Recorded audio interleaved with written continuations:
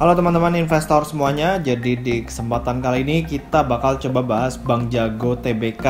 Nah dulunya ini nama banknya adalah Bank Artos Indonesia Tbk. Kira-kira perusahaannya seperti apa ya? Karena laporan keuangan kuartal 4 2020 udah keluar nih. Kita akan bahas setelah yang satu ini.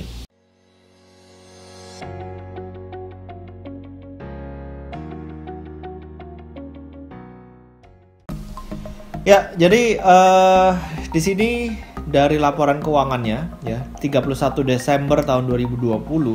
Nah, di sini kalau misalnya kita lihat ya, pemegang saham di tahun 2019 itu PT Metamorphosis Ekosistem Indonesia itu punya 37,65%, lalu ada WealthTrack Technology Limited ini punya 13,35%. Ini untuk yang tahun 2019.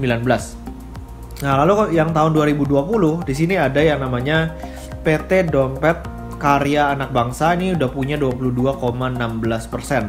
Jadi punyanya masyarakat ini dibeli sama PT Dompet Karya Anak Bangsa. Nah, ini sebanyak 22,16%. Dan karena dibeli cukup banyak sama yang namanya Dompet Karya Anak Bangsa, ini Gojek ya. Nah, ini makanya harga sahamnya naiknya gila-gilaan ya. Harga sahamnya naik sampai 10.000 lebih ya. Nah, jadi kalau misalnya kita lihat dari 1 tahun terakhir, ini naiknya udah 9.581 rupiah. Atau dia naik dari sekitar 200-an ya, dari 200-an terus naik terus menjadi 9.875 hanya dalam waktu 1 tahun aja. Jadi ini kenaikannya luar biasa karena memang diborong sahamnya sama Dompet Karya Anak Bangsa.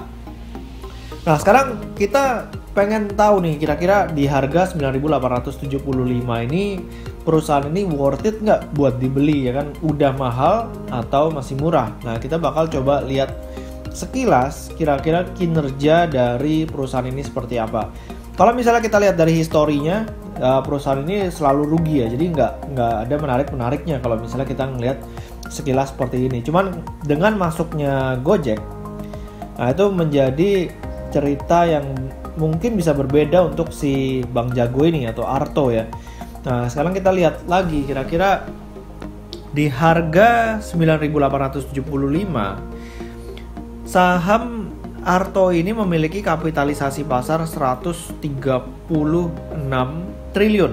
Jadi kalau misalnya kita lihat secara harga, sebenarnya valuasinya ini udah di atas BBNI ya. BBNI aja mungkin sekitar 110 triliun. Sementara Bank Arto ini, Bank Jago, ini punya market cap sekitar 136 triliun. Jadi udah lebih mahal daripada Bank BNI.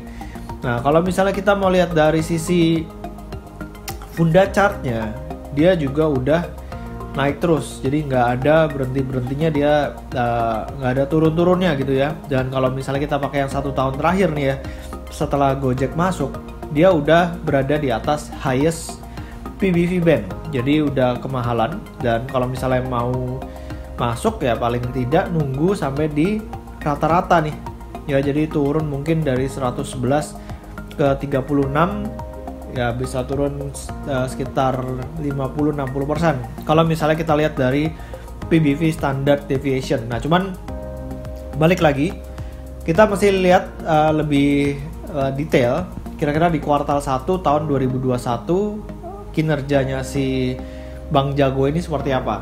Apakah masih rugi atau nanti bisa turn around menjadi profit ya kan? Karena beberapa sekuritas asing ini mengatakan bahwa perusahaan ini bisa profit sampai di atas 1 triliun. Ya, di atas 1 triliun. Nah, tapi kalau misalnya dia profit 1 triliun aja, ya di sini kita coba lihat lagi key statistiknya. Kalau dia profit 1 triliun dengan market cap 136 triliun, itu berarti price to earning rasionya 136 kali. Ya, itu udah kemahalan ya. Balik modal 136 tahun, siapa sih yang mau gitu kan. Nah, jadi memang kalau misalnya kita lihat sekilas seperti ini, harga sahamnya si Arto udah kemahalan. Nah, cuman balik lagi, apakah dia bisa profitnya cuma 1 triliun atau mungkin jauh di atas 1 triliun, kita mesti terus pantau kira-kira kinerjanya seperti apa. Oke, jadi demikian dari saya tentang Arto. Semoga videonya bermanfaat. Jangan lupa buat di subscribe YouTube channel saya dan juga follow Instagram saya di Pesan Saham. Sampai ketemu di video berikutnya. Selamat berinvestasi.